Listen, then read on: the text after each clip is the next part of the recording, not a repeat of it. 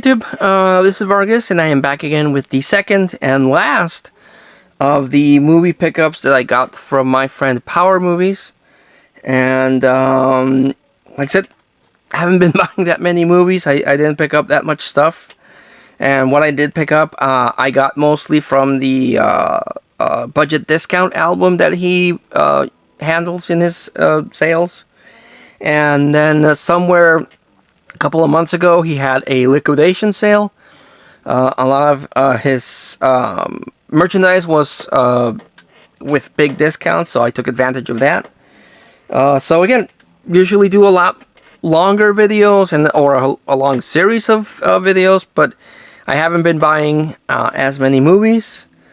So yeah, just it is what it is, and this is the cool stuff that I was able to get. So let's get started with Star Trek: The Next Generation in this really cool tin box set that I love. I love that they released the series in this set. They've released it in something that looks like the Enterprise, and then something that looks like a Warp Core, and then they released HD version, which I've heard has issues. Then it's been released on Blu-ray, but this is why I still like collecting DVD. This is why DVD is still king in my book. They just released a whole bunch of really awesome, cool sets on DVD that they still kind of do on Blu-ray, but not as frequently as they did on DVD. When you bought something like this on DVD, it felt special, and it still does. And this is the seventh and last season of Star Trek: The Next Generation, a show that I watched religiously. This and X-Files and The Simpsons and Married with Children are the few shows that I've seen from beginning to end that I don't think has ever... They don't lose consistency in their quality. Next Generation started off rocky. It started off kind of, I don't want to say cheap, but kind of like meh. Even though that Farpoint episode with Q, and then they introduced the Borg, which is still my favorite Star Trek villains, and but then it really hit its stride. It just got good and good and good. And this is the last one where they have that last episode with Picard time traveling with Q, my second favorite Star Trek villain. So yeah, I'm only missing season 6 in this set, and I'll have all the series, but I still need to track down season 6 of Star Trek: The Next Generation in this set to have the complete series, and I'll be super happy about that. Also picked up the first season of, finally, of Mork and Mindy. I've been trying to track down this because, if you've been following me or know me personally, I'm a big Robin Williams fan. I've been actively trying to complete his filmography, and I'm still missing a couple of movies, but I was missing this, the Mork and Mindy TV show. I don't really know how many seasons of this came out. I remember watching it, the reruns on TV when I was a kid, and so yeah, no, I don't remember how many seasons they made of this, because again, I watched the reruns, but I'm hoping I can get more of them, if there are more, but I'm super happy to have finally the first season of Mork and Mindy with Robin Williams. He actually appeared as a character in Happy Days. That's to my knowledge, Robin Williams' big first appearance. He might have appeared in some other movies as an extra or something, but as far as I know, you might Google it and comment if I'm wrong. But that Happy Days was the first time Robin Williams popped up, other than doing stand-up. Picked up the DVD of Equalizer 2. And I really liked the first Equalizer. It wasn't something like groundbreaking. I didn't think it was the best action movie of all time, but it was pretty good. And I never saw the sequel, and I think there's a third one. Surprisingly, there's a third one, but saw this one and I had to pick it up because the price was right. Picked up the third God's Not Dead, even though it doesn't say God's Not Dead 3, it says God's Not Dead, We the People, with David A.R. White. And I've mentioned this before, I like collecting these religious movies. Some of them are really good. Some of them are really good. They do inspire, and they do give out a good message. Some of them are propaganda movies. They're like trying to convert people through the movies, like War Room and The First God's Not Dead. And some of them are just weird. Some of them are really weird. But I heard good things about this one. That it was better than the other two. And David A.R. White was really good in Reservation Road. Is it Reservation Road? Oh man, my memory's garbage. I think it was Reservation Road, with which was the Rapture Mad Max kind of movie, and he was really good in Beckham. Beckham, the religious John Wick, that was really good. I really liked it, and he's the star in this one, so I'm hoping it's good. Then I picked up this one, which I was scrolling through Tubi and I saw it there, but I like collecting physical media, and it stars Bruce Willis, even though he's second billed. Paul Johansson is the first build, and it's Detective Knight Redemption is the name of the movie. It looks to be like a Christmas heist movie. And Bruce Willis, for a while there, was steadily becoming my not favorite actor to watch movies for and collect, because he would pop up in a movie for 5 minutes, even though he was in the front of the thing. It was getting to the point of being like Steven Seagal levels of acting and of how much screen time he had. But then it was revealed that he had the disease. So then I felt bad for bad mouthing his acting. So yeah, this might be entirely just a Bruce Willis cameo, but we'll see. Picked up this one, saw this one with my wife, and I liked it. I thought it was really, really cool. Filmed by Guy Ritchie. I know a lot of people aren't into Guy Ritchie as much as they used to. But I like this one. I thought this was pretty cool. It stars Jason Statham, Aubrey Plaza, Josh Hartnett, Cary Elves, Bugsy Malone, and Hugh Grant. And it's Operation Fortune, Ruse de Guerre. I'm totally butchering the French there, if that is French. But thought it was pretty good. A pretty nice action ensemble cast. And I dug it. I dug the hell out of that. So super happy to add that to the collection, to add to my Jason Statham collection. This one, I thought I already had it. I thought I already had this one, and the one that I was missing was Bohemian Rhapsody.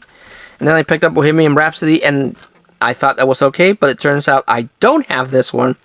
So when he had that sale, I picked it up, and it's Rocket Man, starring Taron Egerton as Elton John. I've never seen this movie.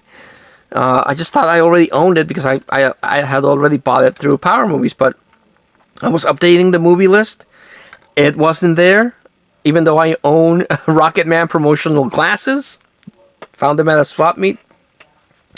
And turns out I don't have it, and I had to get it, so I picked it up. So looking forward to popping that one in.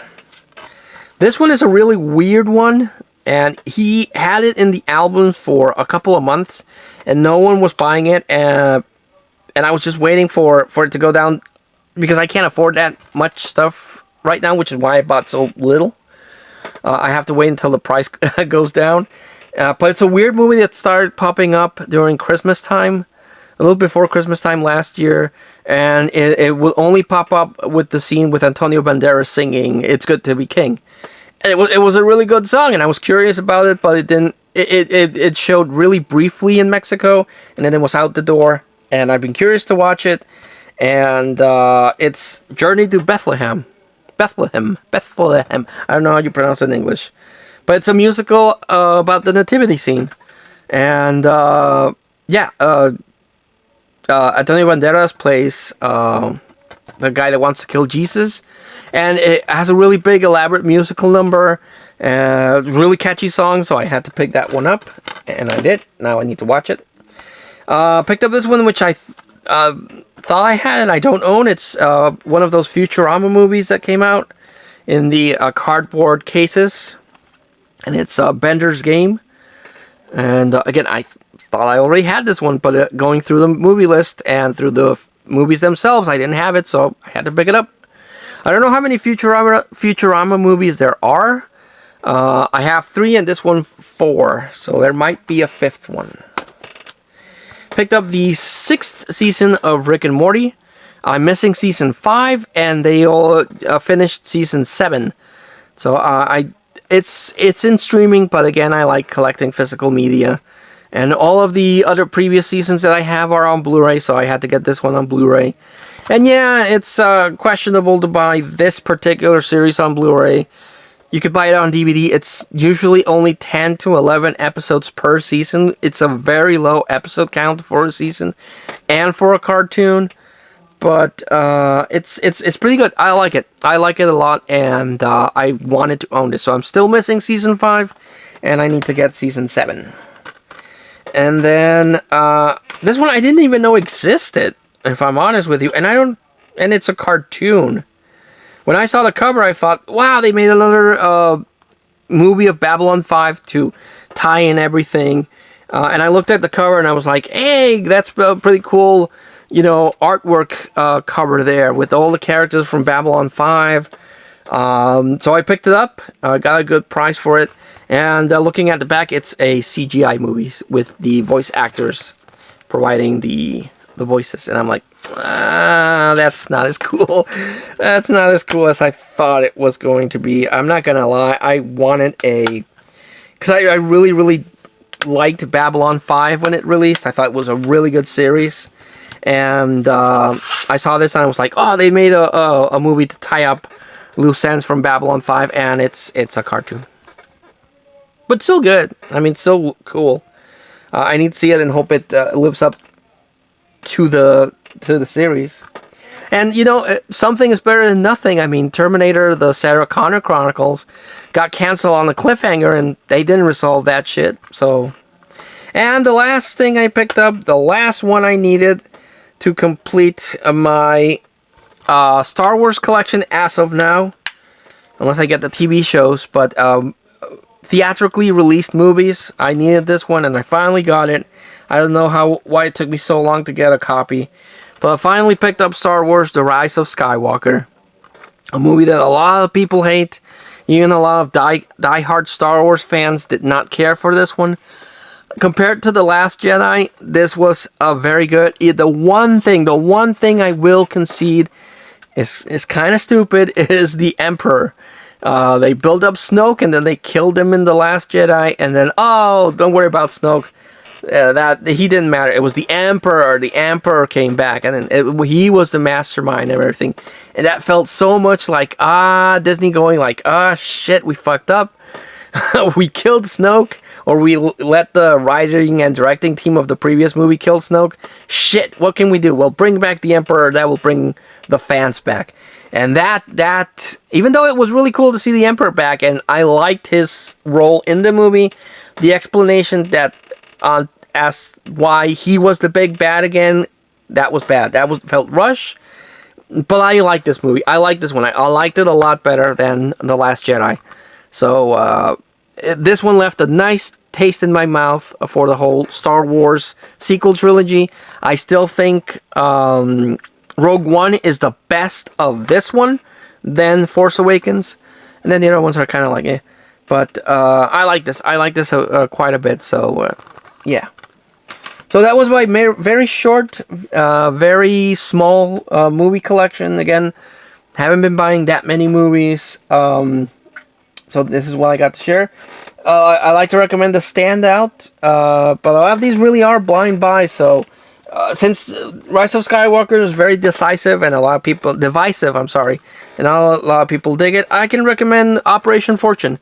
This was a really good ensemble action spy kind of thing, so I would recommend this one. It's in streaming, so you can watch it there. That's where we watch it. But buy the physical copy, and support physical media.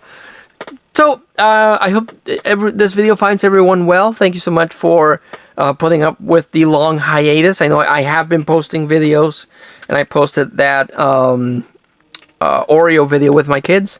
But yeah, movie content is few and far between. At least until next year, because then Christmas is gonna pop up. But I hope to see you then. I hope you are well. And until I see you in the next video, take care and see you later, guys.